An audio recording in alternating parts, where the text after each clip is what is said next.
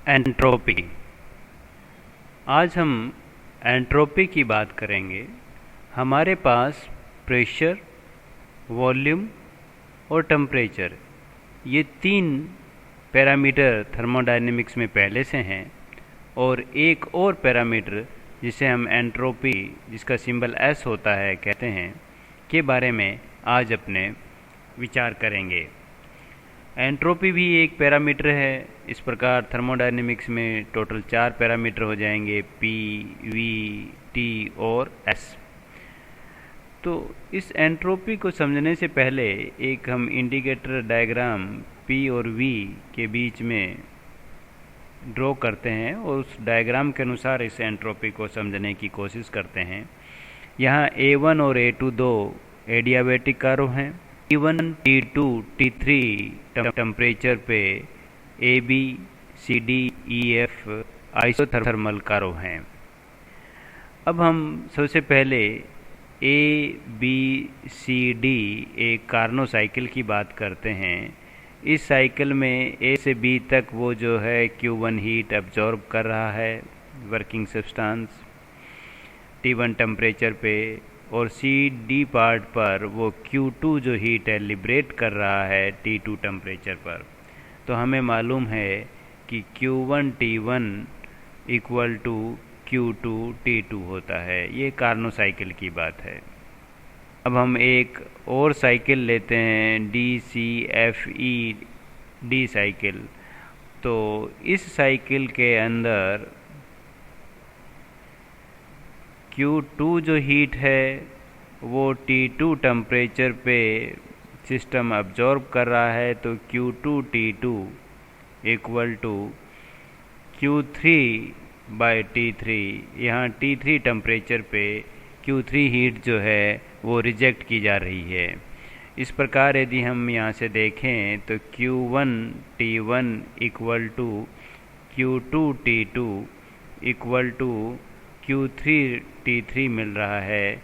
तो हम इसको यदि जनरलाइज रूप में कहें तो हमारे पास में Q by T equal to constant मिलता है। इस प्रकार ये जो अब हमारे पास में एक नई क्वांटिटी मिल गई, तो इस क्वांटिटी को जो हम एंट्रोपी कह रहे हैं, और इस एंट्रोपी जो है उसको यदि हम ds से रिप्रेजेंट करें,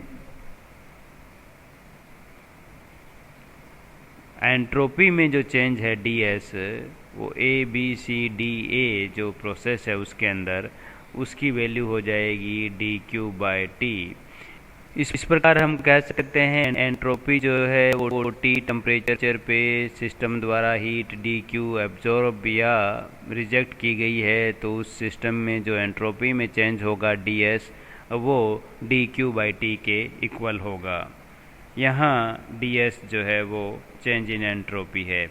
यदि कंप्लीट सिस्टम की बात करें कि टोटल सिस्टम की एंट्रोपी में कितना चेंज होगा, तो हमारे पास में जो है इसको हम इंटीग्रेट कर देंगे, तो dQ बाई T जो है वो चेंज इन एंट्रोपी हमें कंप्लीट प्रोसेस के अंदर प्राप्त हो जाएगी। रिवर्सिबल प्रोसेस हम करना चाहते हैं। हम लोग जानते हैं कि एंट्रोपी का जो फार्मूला होता है ds equal to dQ by T होते हैं। यहाँ यदि हम इसकी यूनिट की बात करें तो यूनिट जो है वो कैलोरी पर केल्विन जो है हम यूज़ करेंगे यहाँ पर, या जूल पर केल्विन भी हम इसकी यूनिट जो है वो काम में ले सकते हैं। अब हम एक इंडिकेटर डायग्राम P और V में रिवर्सिबल साइकिल जो है उसकी बात करते हैं ABCD की। ये जो रिवर्सिबल साइकिल है A, B, C और D, जो A से B फिर C और D और A कंप्लीट हो रहा है यहाँ पर ये रिवर्सिबल साइकिल। तो इस साइकिल में Q1 हीट जो है वो अब्जॉर्ब हो रही है T1 टेम्परेचर पे। तो इस प्रकार जो किसी भी सिस्टम के लिए एंट्रोपी की बात करें, तो जो वर्किंग सब्सटेंस है उसकी जो एंट्रोपी में इंक्रीज़ हुआ है S1, वो हमारे पास मिलेगा Q1 बाय T1। वह Q2 हीट जो है वो रिजेक्ट कर रहा है T2 टेम्परेचर पे, तो जो वर्किंग सब्सटेंस है उसकी एंट्रोपी में जो कमी होगी वो होगी Q2 बाय T2। इस प्रकार चेंज इन जो एंट्रोपी हमें मिलेगा वर्किंग सब्सटेंस की एंट्रोपी में कितना चेंज हुआ या कितना इंक्रीज हुआ, तो वो हमारे पास में हो जाएगा S1 माइनस S2। बट हम जानते हैं कि रिवर्सिबल साइकिल के अंदर जो है वो Q1 T1 equal to Q2 T2 होता है, दोनों इक्वल होंगे। तो इस प्रकार हम कह सकते हैं कि रिवर्सिबल प्रोसेस के अंदर जो चेंज इन एंट्रोपी है उसकी वैल्यू 0 है।